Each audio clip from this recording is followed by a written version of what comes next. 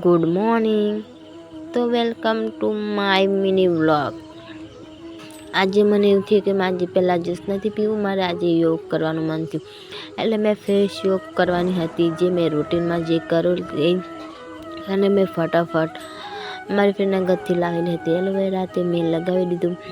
તો step number 1, આપણી મુઠ્ઠીઓ વાળીને ફોરહેડ મતલબ કપર, તેના પર લાઇનિંગ નહીં થાય એટલા માટે 10 થી 15 સેકન્ડ સુધી ઉપર નીચે કર્યા જ કરવાનું. બીજો સ્ટેપ આવે આપણું નોઝ મતલબ નાકથી લાઇનિંગ કવર થાય, મતલબ કરચલી નહીં આવે ને એટલા માટે ઉપરથી નીચે 5 થી 10 સેકન્ડ તમે કરી શકો.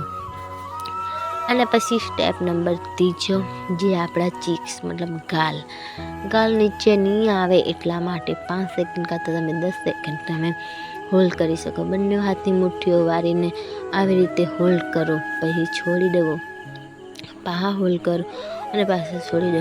એ રીતે તમે 10 થી 15 સેકન્ડ તમે કરી શકો. ચોથો સ્ટેપ આવે કે આપણી બંને હાથની આંગળીઓ આવી રીતે ફરવું જોઈએ, ઉપરથી નીચે એવી રીતે થવું જોઈએ. બંને સાઈડ કરવાનું, કેમ કે લાઇનિંગ કવર થાય એટલા માટે. એટલે પછી મારે યોગા પૈતા, એટલે પછી મેં મુલતાની માટી લગાવી. બધા છે ને નાવા જાય ને એ પહેલાં લગાવીને જાય, અને મેં છે ને નાહીને આવી પછી લગાવી, કેમ કે મારી ફ્રેન્ડ કહેતી હતી મસ્ત ફ્રેશ થઈ જાય એમ. એટલે મેં બી ટ્રાય કરી લીધું. ચાલો જોઈએ તો ખરા ફેસ કેવું થઈ જાય. ફટાફટ સુકાની રાહ જોતી હતી, એટલે મારું સુકાઈ બી ગયું. એટલે પછી મેં બી જોવાની થઈ કે કેવું ફેસ છે. એટલે 2 થી 3 વખત મેં આ પંચથી ધોયું, એટલે મને એનું રિઝલ્ટ દેખાઈ ગયું. યાર ફેસ મસ્ત થઈ ગયેલું હતું, એકદમ લીછું. ચાલો એ તો પૈતું, એટલે મેં રેડી થઈ ગઈ. મારે જવાનું હતું ખારેલ એટલા માટે.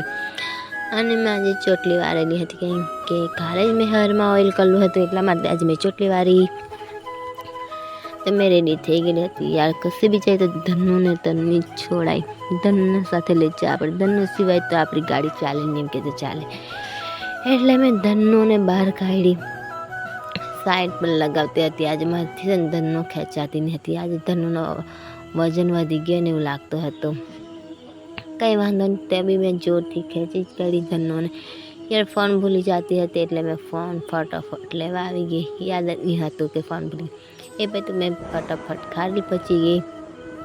જોયું તો બહુ જ લાઈન હતી. યાર લાઈન જોઈને એવું થયું કે મારો નંબર ક્યારે આવશે.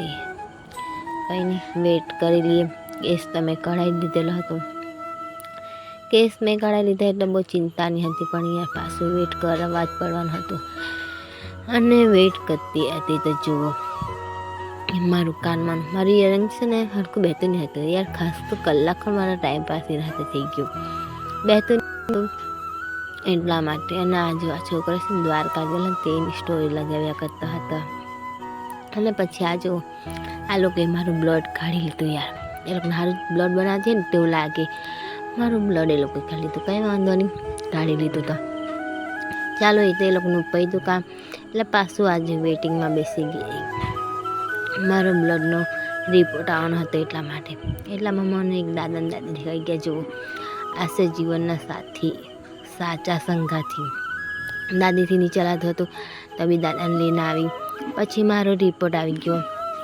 મેં ડૉક્ટરને બતાવવા જોવાની હતી, એટલે ડૉક્ટર તો હતા નહીં, એટલે પાછું વેઇટિંગમાં બેસી. આજે બહુ વેઇટિંગ થઈ ગયું મારે તો. મેં ઘરે આવી ગઈ. આ બહુ થાકી ગયેલી હતી. બીલી મોરા બી ગયેલી હતી, કેમ કે મારા મહેંદી લાવવાની હતી. કેમ કે કોઈ બી ટાઈમે મારા મહેંદીનો ઓર્ડર આવી જાય તો મહેંદીના કોન બનાવવા પડે, એટલે મહેંદી લાવવાની હતી. એટલે બીલી મોરાથી મહેંદી લઈ આવી. આજે ગરમી બી બહુ હતી, એટલે મેં ફટાફટ ઠંડુ પાણી પી લીધું. આપણું શરીર 99% પાણીથી હોય છે, એટલા માટે શિયાળો હોય કે ઉનાળો હોય પાણી વધારે જ પીવાનું. મને તો પાણી બહુ જ જોઈએ, એટલે તમને બી કેમ વધારે પાણી પીવો. તો ચાલો આજના માટે આટલું. મળીએ નેક્સ્ટ બ્લોગમાં.